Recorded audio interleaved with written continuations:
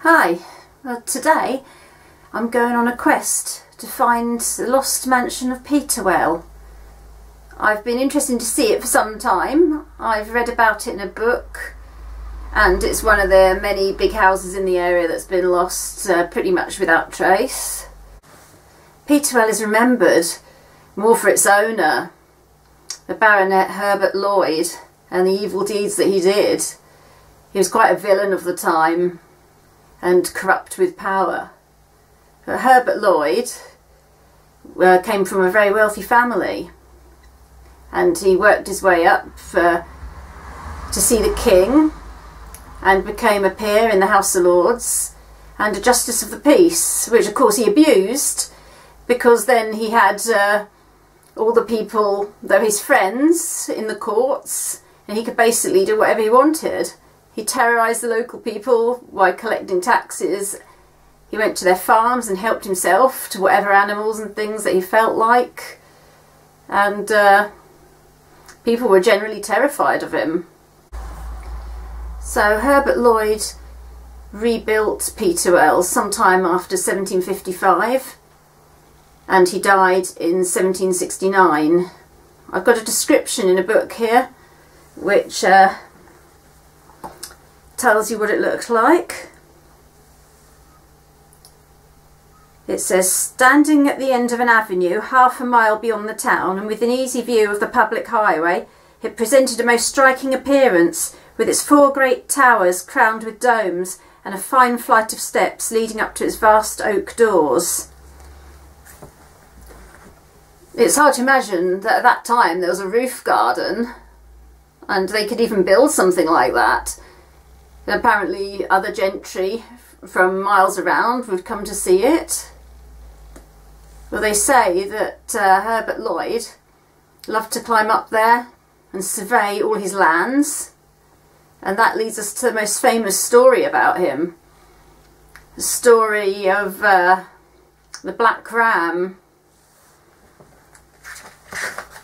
So there was a part of land which was owned by a Sean Phillips, and it was slap bang in the middle of Herbert Lloyd's land. So when he looked from his roof, he could see this other piece of land right in the middle that didn't belong to him. Now he didn't like this, so he offered the old farmer gold and all sorts of money to move, which he wouldn't, because it had been in his family for years.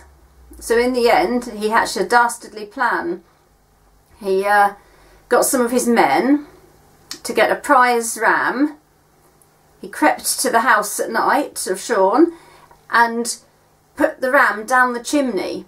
Now this I always find somewhat implausible, because it must have been a hell of a big chimney to fit a ram down, and even in the middle of the night and they were sound asleep, you mean they wouldn't wake up by the noise that a ram would kick up by being shoved down a chimney?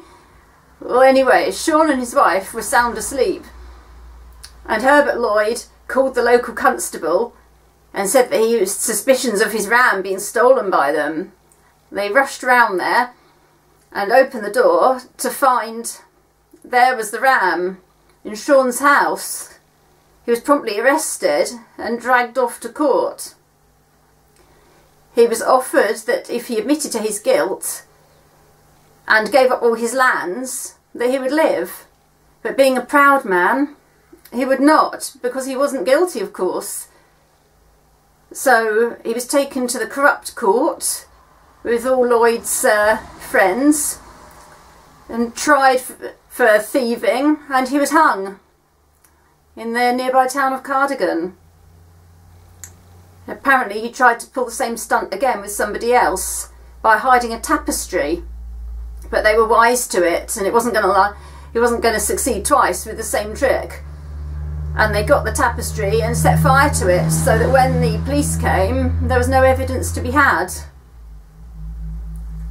So I've been wanting to find this place, even though there's not much left, just for its notoriety really.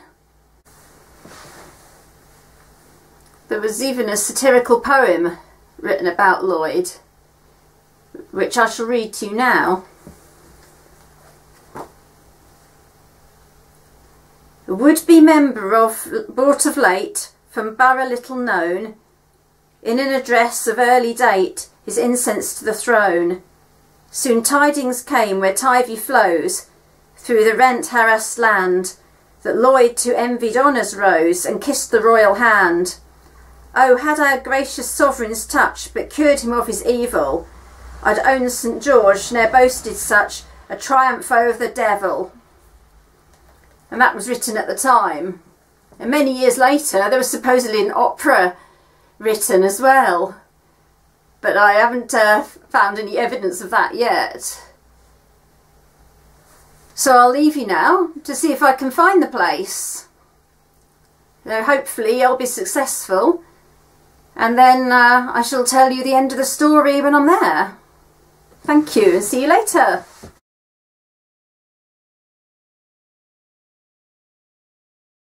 Okay, I'm on the trail of the ruins of Peterwell.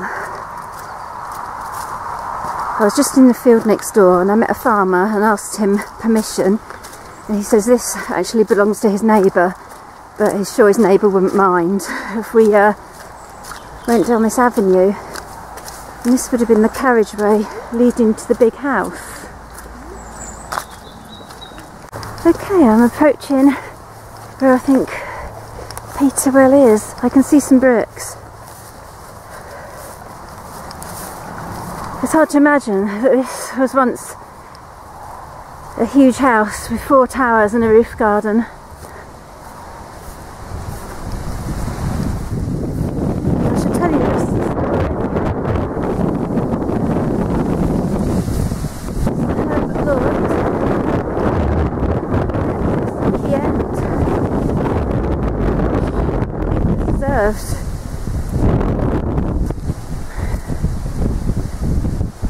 When he was age 50, he went on a weekend away gambling. He lost all his money,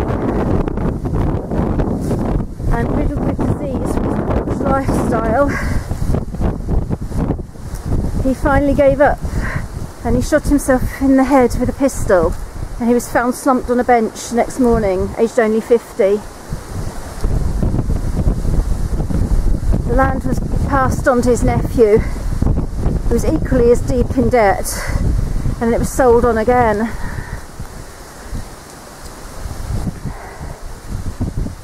The place fell into ruin. Many of the local people believed it was cursed and they wouldn't come here.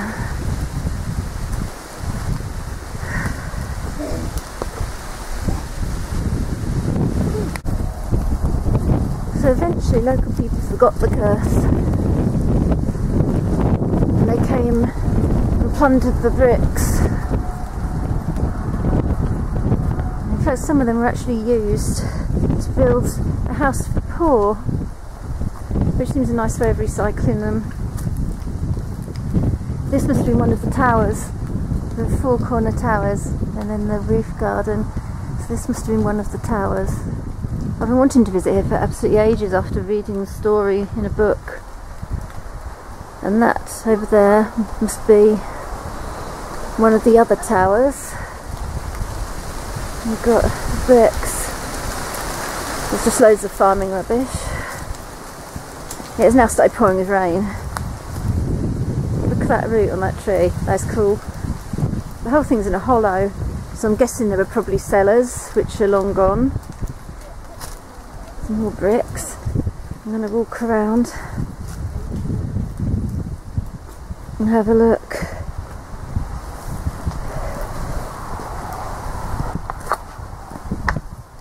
A bit dodgy. Just going to climb up here and see if I can see anything this end.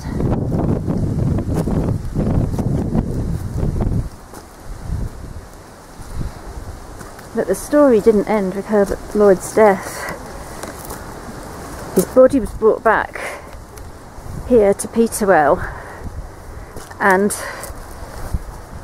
due to his enormous debt, the bailiffs took charge of the coffin and refused to have him buried until the debts were paid. After several days, Lloyd's butler gave the bailiffs some drugged ale, and while they were sleeping, Lloyd's men took the coffin to the local churchyard and hurriedly buried him. So that was the final end to a despicable man.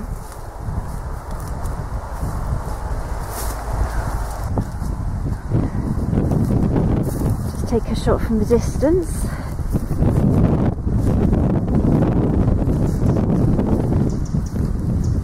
Well, I knew there wasn't much left to see, but I was so fascinated by the story I had to come and look for myself. And who knows how long this will be here.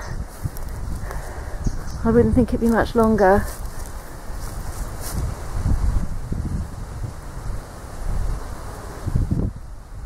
So, thank you for watching. Bye.